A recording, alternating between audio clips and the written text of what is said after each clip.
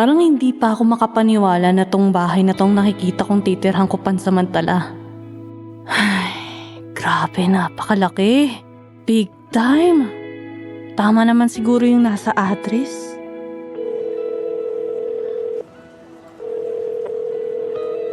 North, nandito na ako sa tapat ng mansyon mo. Makamansyon ka? Bahay to. Oo na. Sunduin mo na ako rito. Okay, wait for me.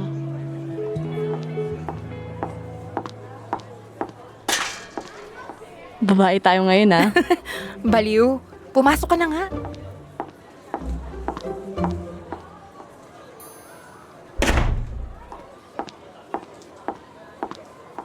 Grabe! Kung malawak na sa labas, mas malawak pa rito sa loob. It's like entering a different dimension clad in light blue walls, tiled flooring, at mga paintings sa bawat pader. Ang daming paintings. Pero di wala akong makitang portrait ng family nila. Nakakatakot naman tong tapakan.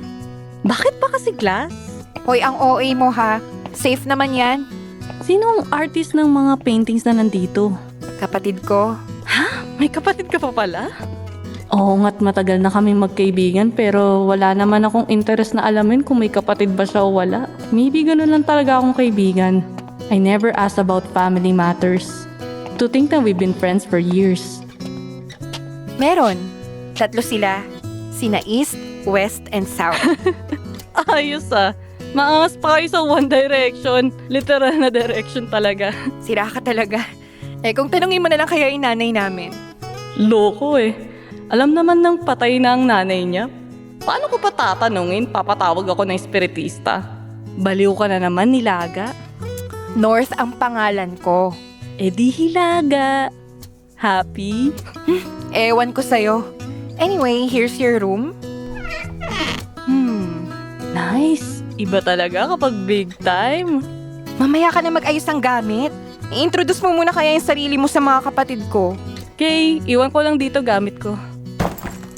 Tara! Hey West! This is my best friend and co-teacher, Jade Asia. Jade na lang. West. Ako si Is, at ito si West. Kambal kami, hi! Hello, Jade na lang itawag mo sa akin. Nakakatuwa. Kung ano pinahyper ni East, ay siya namang ikinatahimik ni West. Paano kaya si South? I wonder kung kasing lively rin kaya niya itong kambal? I think I'll be having a great time here. Balik na muna ako sa taas para ayusin ang gamit ko. See you later. Sige, go lang. Magpahinga ka na rin muna. Of course! Sige, nice to meet you, Wes. East. Ay, sorry. Sino ka? Ito na ba yung isa pang kapatid? Nakatitig lang din siya sa akin habang nakahilig ang ulo pa kanan. Parang ina-analyze ako. Ganon din tuloy ang ginawa ko. Napansin kong madumi ang kamay niya. Parang paint yata yun. May hawak din siyang paintbrush.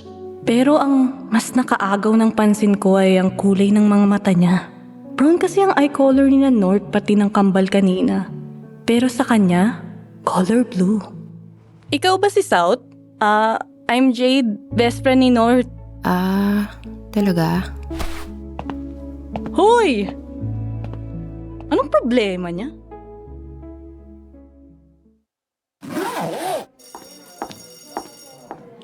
Hello, do we have a problem, miss? Rubio po, ma'am. Itatanong ko lang po kung pwede ko pa po bang ihabol yung book review mamaya? Sure, idaan mo na lang sa faculty. Thank you po. Hey, South. Mauna na ako. Sige. Bye-bye. Kiss ko. Okay. Bye. Sabay na tayong kumain, South. Okay po, ma'am. Libre mo What? Thank you. Di man lang ako nakakontra sa kanya dahil siya na mismo ang humila sa akin. Mabuti na lang at hindi nahulog yung laptop ko. Napairap na lang ako habang naglalakad kami papuntang cafeteria. South, ilang beses ko bang sasabihin na Gina ang itatawag mo sa akin kapag tayo lang dalawa? Nakakaumay rin kasi lalo na't magkasama kami sa iisang bubong. I'm not really particular with honorifics. Maybe I'm just too lenient about it. Upo tayo dito. Ma'am, wala akong pakialam. Tayo ka na, ma'am. Order ka na. Gusto ko ng 2 rice at menudo. Ayoko ng soft drinks, please. Oo na, water.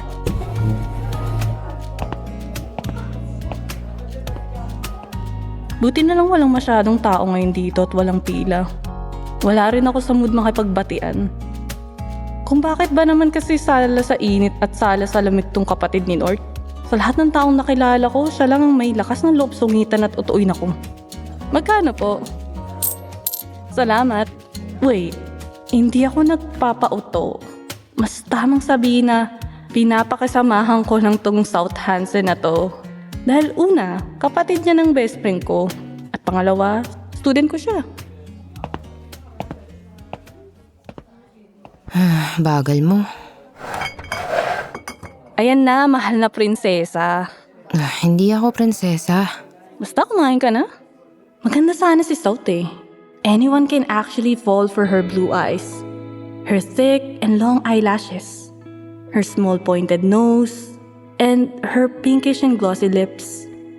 She's an innocent beauty. And she's brainy and talented too. An almost complete package. Kung di lang masama ang ugali, ibang-iba siya sa mga kapatid niya. Di kaya ampun si South. Possible rin na nasalo niya yung bad genes ng family niya. As usual, wala pa yatang 10 minuto ay tapos na siyang kumain. Masyado tong mabilis kaysa pangkaraniwang babae. Bagal mo, ma'am. Tulad mo pa ako sa yung sundalong kumain. Hindi ako sundalo. Pala ka riyan. Tapos ka na? Opo, madam. Tapos na. Mauna ka na. Maghahanda pa ako para sa next lecture ko. Okay. Bye, ma'am. Mabilis lang lumipas ang oras nang malayan ko na lang ang sarili kong nagtuturo na naman sa mga estudyante. Araw-araw na akong sanay na ganito ang ginagawa. Kabisado ko na nga lahat ng dapat kong sabihin. Ang nagbibigay na lang siguro ng thrill sa akin ay ang iba't ibang ugali ng mga students na nakaka-encounter ko at syempre, yung mga babae. Not that I lust after girls. Mas nakaka-inspire lang talaga kapag nakakita ng maganda. Appreciation lang naman. Kung nandito lang si Nort sa tabi ko ngayon, malamang nasipa na ako palabas ng room dahil sa iniisip ko. Buti na lang may klase rin siya ngayon. Pero parang gusto ko siyang kulitin sa klase niya. Naiintindihan niyo ba, class? Sigurado ako kalahati sa kanila hindi nakikinig. Napalingon ako sa glass window at natigilan. Sa harap kasi mismo ng salamin ay nakadungaw si South mula sa labas. Nakatingin siya sa akin pero nang mapatingin ako sa kanya, umalis agad na parang wala lang. Ang weird talaga ng batang yun. Ayun! Si Nort! Okay, this theory states that Hi, ma'am! manggugulo ka na naman. Aray naman, ma'am. Ganyan ba talagang tingin mo sa akin? Apparently, oo. Ouch! May kailangan ka ba? Wala naman. So get out bago kita i-report sa dean.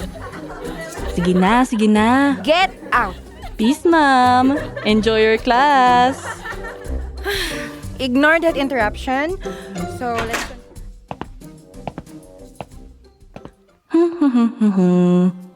Ang sungit talaga ni Nort. Pero ang cute niya pag nagtataray. Sige lang, ma'am. I'll find another way to get on your nerves.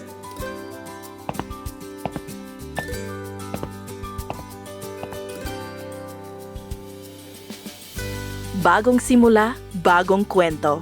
Sa unang araw pa lang, tila nagbukas na ang pintuan para sa mga pagkakataong magbabago sa buhay ni Jade at ng mga Hansen.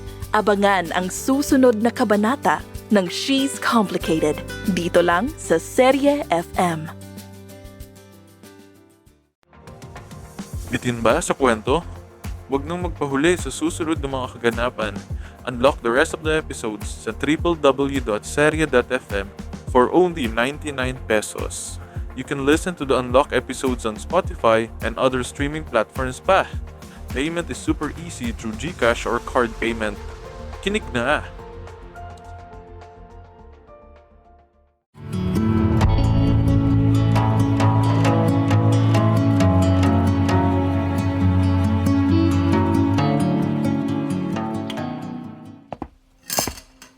Wow! Pahingi, Ate North. Pahingi. Ay, kumakain pala sina North at si South. Halo-halo. Kukuha lang sana ako ng tubig kaso naabutan ko sila. Gusto mo pa? Sarap. South Hansen never giggles. Para ka talagang bata. Bata pa naman ako ah. Oh, akala ko ba dalaga ka na? Dalaga nga. Ang gulo mo talaga, uy. Ang gulo nila. Para ako nanonood ng dalawang bata. Namboboso ka, no? Ay, Is, ano ba? Papatayin mo naman ako sa gulat. Bakit ka namboboso? Uy, di ako namuboso, okay? Nawala ang ngiti sa labi ni South nang makita ako. Poker face mode on. Ganyan siya lagi. Jade, gusto mo? Di ako mahilig sa halo-halo. Eh di wag. Kay-dat, Buisit ka. habang umiinom ng tubig, pasimpleng napatingin ako kay bata. Nakayuko lang siya at nilalaro ang pagkain niya. Biglang nag-ibang mood ni South.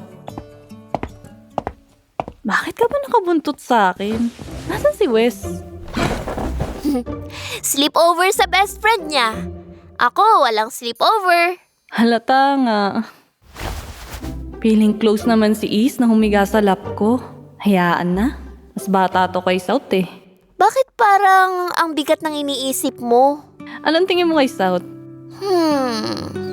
Kapag kasama ko si Ate South, tahimik siya. Pero kapag kay West, parang hyper na bata. Kay Ate North naman, para siyang spoiled. Napansin ko nga, weird talaga. Pero kapag sa akin naman, mapang-asar siya kahit madalas ay poker face lang ang expression niya.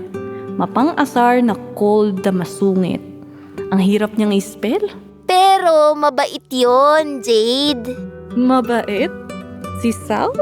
Magiging pink muna ang uwak bago mangyari yun.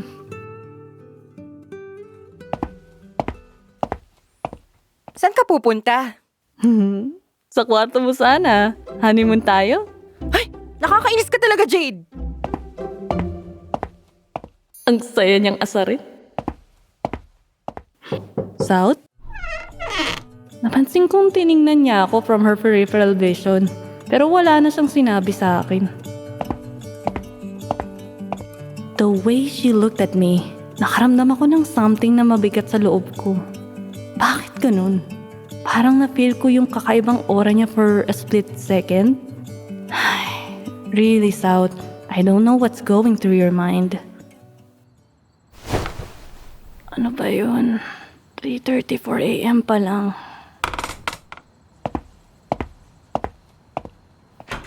Pagdating ko sa kusina, naabutan ko si South na nakaupo at umiinom ng kape. May mga libro at katleya na nagkaalat sa mesa. Ginawang study table ang dining table. Finals na nga pala. Good morning. Coffee? Ano to? Ba't parang good mood siya? Or sadyang may topak lang ba siya kapag madaling araw? South, bakit ang weird mo? Habang nagtimpla ako ng sariling kape, sinulyapan ko siya. Palaaral talaga. Di na nakapagtataka kung bakit mataas ang grades niya. Anong subject yan? Sekretong malupit. Ang hilig sa sikreto ng batang to? Ayaw na lang diretsuhin. Ang cute mo mag-review. Tigilan mo ko. Taray mo. Habang pinapanood ko siyang mag-review, iniisip ko kung gaano siya katalino. Ang bilis niya magbasa at parang effortless niyang naaalala lahat. Genius nga. Pero bakit parang ang layo niya sa mga tao? Sa loob ng mahigit na 1 buwan na nandito ako, may mga ilan-ilan na akong napapansin kay South. Hindi ko naman siya gusto, pero nakaka-curious ako sa kanya. Magkakagusto na nga lang ako sa bata pa sa akin. Na, kanina ka pagising? Mga 2:30 a.m. Ganitong oras ako nagre-review eh. Ngayon ko lang siya nakita na seryoso nag-aaral. Mas madalas kasi nakatungo siya sa Wattpad. Adik yata siya roon. Pero kahit ganon, top student pa rin. Seriously, she's a genius. Nakadagdag sa pagiging fast learner niya ang bilis ng memorization skills niya. Bakit ba nakatitig ka sa akin? Huy, ba't ka nang babato ng gamit? Hindi ako makapag-concentrate eh. Huwag ka nga tumitingin. Ang taray talaga. Pero in fairness, natutuwa rin ako sa pagiging blunt niya. Matutulog na ako. Ang gulo mo. Ako pa ang magulo? Siya tong maarting sumagot.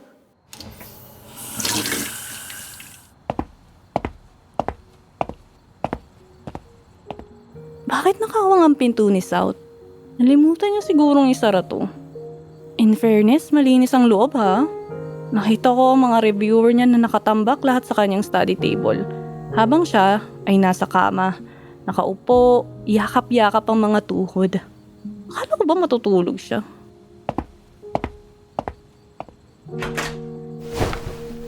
Bakit kapag mag-isa lang siya, para talagang may something sa aura niya na nagpapalamig ng paligid niya? Ay. Sabay na tayong pumasok. Nasaan si South? Kanina pa umalis si Ate South. Baliw nga yun. Hindi ako pinansin kahit nagpapayakap ako. Wala lang siya sa mood. Hayaan nyo na si South. Tinutopak na naman yun. Morning, North. Ganda natin ngayon na. Sabi ko naman sa'yo, di mo kailangan magpaganda para sa akin.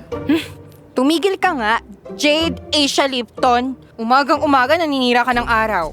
Anong Lipton? Layton yun, nilaga ka. Pikon. Tara na nga.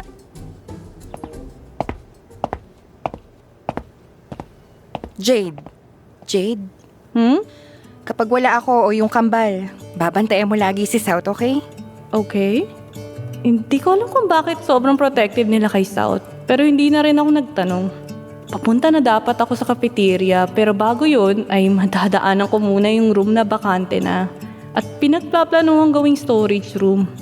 Marami kasing nakatanggap ng reklamo na may nagpaparamdam daw dito sa kwartong to. Seriously, masyadong matatakotin ng mga Pilipino. Ma'am? Oh, South, anong ginagawa mo rito? Bakit ka nandito? Dapat ako magtanong. Bakit ka dito nagpe-paint? Gusto ko lang. Okay. Anong pinipaint mo? Hindi ko alam. Baliw, wala kang class? Absent ang prof eh. Umupo ako sa isa sa mga armchair at pinanood na lang siya. Unti-unting naging malinaw sa akin ang ginagawa niya. Parang galaxy yung pinipinta niya.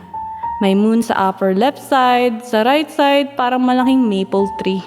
Naka-silhouette style pero mahalata pa rin kung anong klaseng puno. Napahinto siya bigla and napatingin naman sa itaas. Anong problema? Iniisip ko yung idadagdag ko. Ang ganda ng mata mo. Hindi maganda. Mas maganda ang sayo. Tumingin siya at nilapit ng mukha sa akin. Titig na titig siya sa mata ko. Kaya medyo nakakailang. Nakakatunaw kasi. Damn! Kung ano-anong pinagsasabi ko. Alam ko, no? Tapusin mo na lang yan. Tara na, ma'am. Wait, di mo ko kailangang hilahin. Bakit di mo tinapos? Tinamad ako eh. Nanonood ka kasi. Ano naman?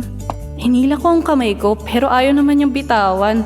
Buti na lang hindi niya binitawan.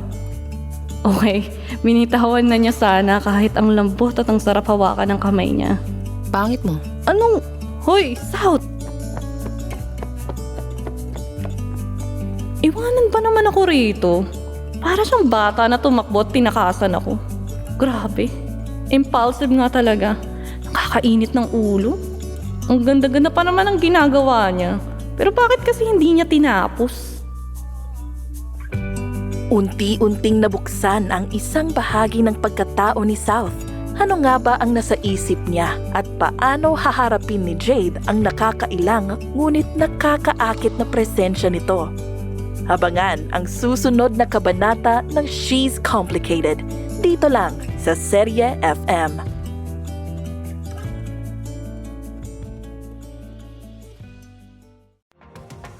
Bitin ba sa kwento?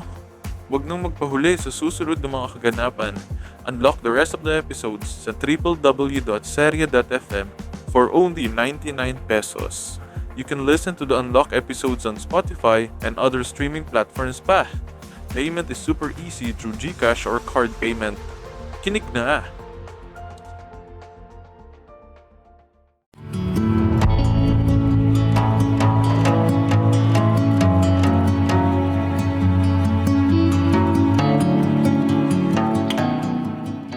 Loudspeaker? Naka-loud na? Oo. Ate North, kakausapin ka raw ni Ellie. Hello, Ellie? Hi, Ate Nort! Okay lang po ba na dito matulog si South? Bakit? Umalis po kasi sina Mama at Papa eh. Si Kuya Gala. Kaya ako lang mag-isa rito. Gusto mo ba ron, South? Ikaw nga bahala. Kaya nga pinakausap ko sa'yo eh. Ay, ang arte talaga. Oh, sige, Ellie. Anong oras ba? Ngayon na sana. Nakaayos na po ako eh. Susunduin ko na lang po siya.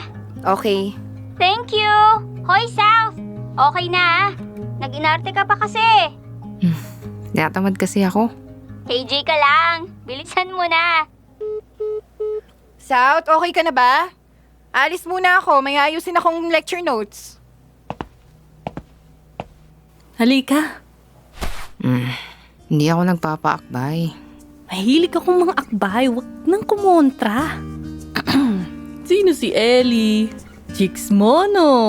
Baliw ka, ma'am. Hindi ko chicks yun. Parang kapatid ko na yung babae eh. So kaano-ano mo si Ellie? Classmate? Oo, mula first year high school hanggang fourth year.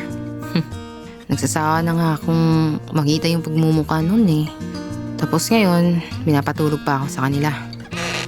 Parang natuklaw na naman ako ng ahas nang marinig ko ang tawa niya. Parang naiinggit ako kasi hindi ako yung dahilan ng pagtawa niya. Natigilan ako.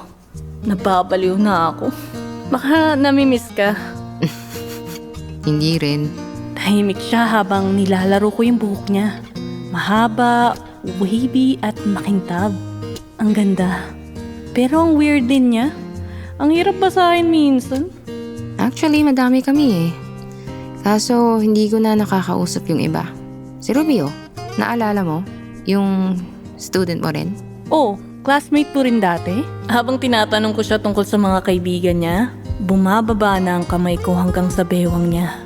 Binabawi ko na yung sinabi kong mukha siyang 14 anyos. Ang sexy. Hindi ako makapaniwala. Since first year din, block section naman kasi ako nung high school eh. Yung iba sa mga close friend ko, nag-work na agad. Ilan lang kami ni na Ellie na nag-aaral ngayon. Pangiti-ngiti siya habang panay ang pagdaldal kaya napansin ko lagi yung mababaw niyang dimple sa left cheek niya. Habang tumatagal ay gumaganda siya sa paningin ko. Kaso bata to eh. Napadako naman ang mata ko sa labi niya at napalunok. Okay, bakit ngayon ko lang napapansin to? Bakit ngayon ko lang nakita na ang pinkish pala ng lips niya? Bakit parang ang sarap niyang halikan? Hindi ako nagpapahawak sa bewang. Arte mo? Siya na ata yan, ma'am. Ikaw na bahala. Naliligo lang ako. Ako pa? Ay, iba ka talaga bata. Hello po! Patabi po ah. Sure. Cute din siya. Mas mukhang bata pa nga ata. Manginain ka muna dito. Juice. Ah, okay lang po ako. Pero salamat. Ikwento ka sa akin ni South. Ay, talaga po? Sinabi rin ba niya nakita ko? Oo. At isip bata ka raw. Hindi kaya. Ilan taong ka na? Kaka-19 ko lang po. Ahead sa akin si South ng 1 year eh. Bale magto-20 na siya. Kaso hindi lata sa kanya no? Ang bata kumilos nun eh. May love life siya? Hindi ko po alam. Hindi naman po siya nagkukwento eh. Pero sa tingin ko wala. Oh, edi ayos. Never mind. Bakit pa kasi ako na-curious sa love life niya? Habang nagkukwentuhan kami ni Ellie, napansin ko kung gaano siya ka-cute. Pero mas nagtataka ako kung bakit sobrang mysterious pa rin ni South. Kahit kausap ko yung matagal niya ng kaibigan. Aba, close na kayo? Siyempre, si Ate Jade na kaya bagong girlfriend ko. Huy! Okay, ingat kayo ah. Ayos to, hindi ko na kailangang umalis. Joke lang, siyempre. Ate Jade, break na tayo. Mga baliw. Ma'am, alis na kami. Sige. Tumayo sila. Pero bago sila umalis, lumapit ako at pinisil sa pisngi si Ellie. Inisian ko naman si South na tinaasan lang ako ng kilay. I went closer to her at hinalikan siya sa pisngi. Napansin ko ang pagpula ng pisngi niya pero hindi naman siya umimik. Ingat, South!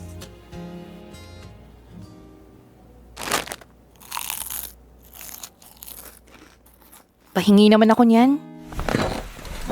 Alam mo, ngayon lang ulit lumabas yun. Nung huli kasing inaya siya ng mga kaibigan niya, birthday nun nung isa sa pinaka-close niyang kaibigan. Si South? Ano nangyari? Hindi siya pumunta? She attended. Ilang araw rin siyang kinukumbinsi at pinupuntahan ni na Ellie pero masyadong matigas ang ulo ng kapatid ko para umattend. Wala nga siyang nakwento tungkol dun eh. Biruin mo, nagkulong lang siya ng kwarto. Paglabas niya noon, ayan na. May mga nagawa na siyang paintings. Yung mga nakikita mo na nakadisplay sa mga hagdan, nagulat nga kami. Feeling ko, may problema yun si South. Kaso hindi naman siya nagkukwento. May mga naisip akong reason kung bakit pero hindi ako sure. Paano mo nasabi? Hindi man ako expert pero alam mo yung interpretation sa mga shapes and images? Alam mo namang psych major ako. Masyadong disturbing yung mga paintings niya. Every piece screams depression, guilt, pressure, and sadness. Sa totoo lang, hindi ko makita. Pero ikaw yung psychology major. Tingin mo, anong reason, North? Remember our mom's death? Oo, 2 years ago, di ba? It was a suicide. What? Akala ko malubang sakit yung dahilan. North, Sorry for not telling the truth. Noong mga panahon na kasi yun, hindi ko talaga matanggap na iniiwanan niya kami. Kaya gumawa na lang ako ng ibang reason. Ayokong paniwalain ang sarili ko na sinadya niya kaming iwan. okay lang kung wag mo na ituloy yung kwento. Hindi, okay lang talaga. Tingin ko nga, si South ang mas apektado nun. Wala siyang sinasabi na kahit ano sa amin.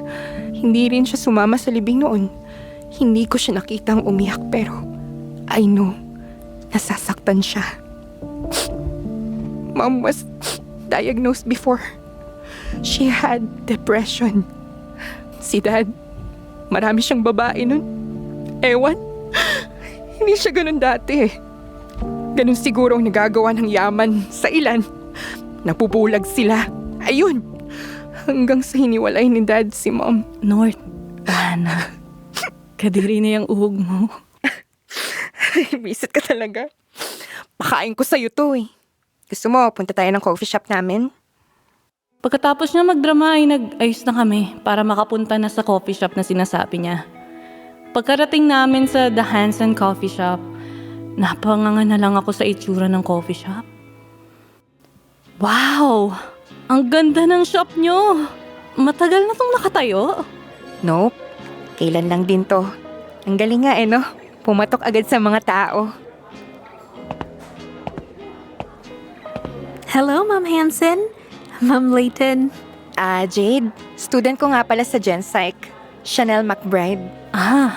Yung infamous Chanel McBride na kinaaaliwan ni North.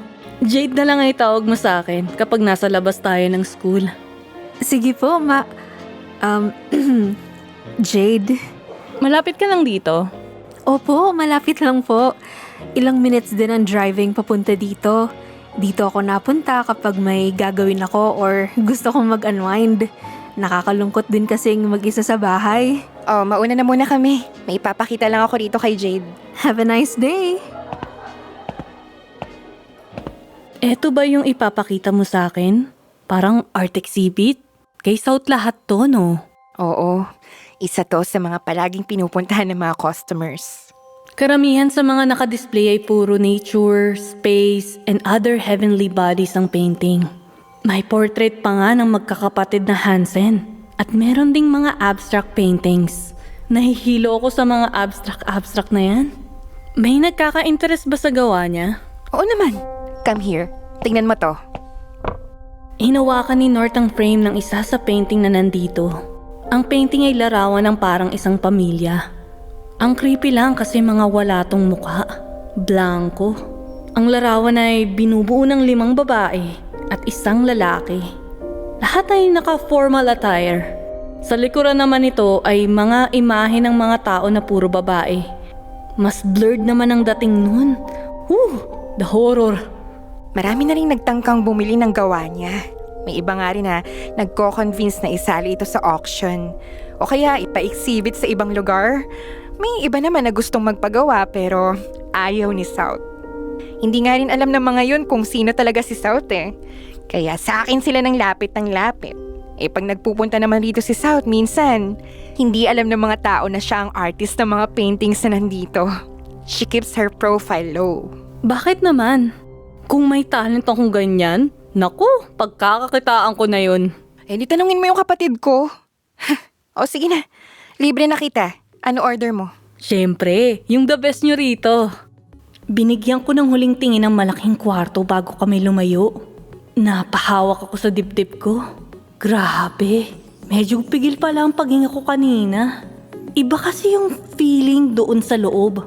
Para kasing nakikita ko na yung mismong South Hansen. Kung sino talaga siya. Pero para ding hindi. Kumbaga, contrasting ang lahat ng nasa loob. Grabe. Paradoxical effect. Nakakapanindig balahibo. In a good way. Feeling ko nakapasok ako sa loob ng isip ni South. Pero imbis na maintindihan ko siya, ay mas lalo ko naguluhan. Sa bawat kilos ni South, mas lalong nahuhulog si Jade sa kanyang komplikadong mundo. Pero ano nga ba ang tunay na nararamdaman ni South? Abangan sa susunod na kabanata ng She's Complicated. Dito lang sa Serye FM.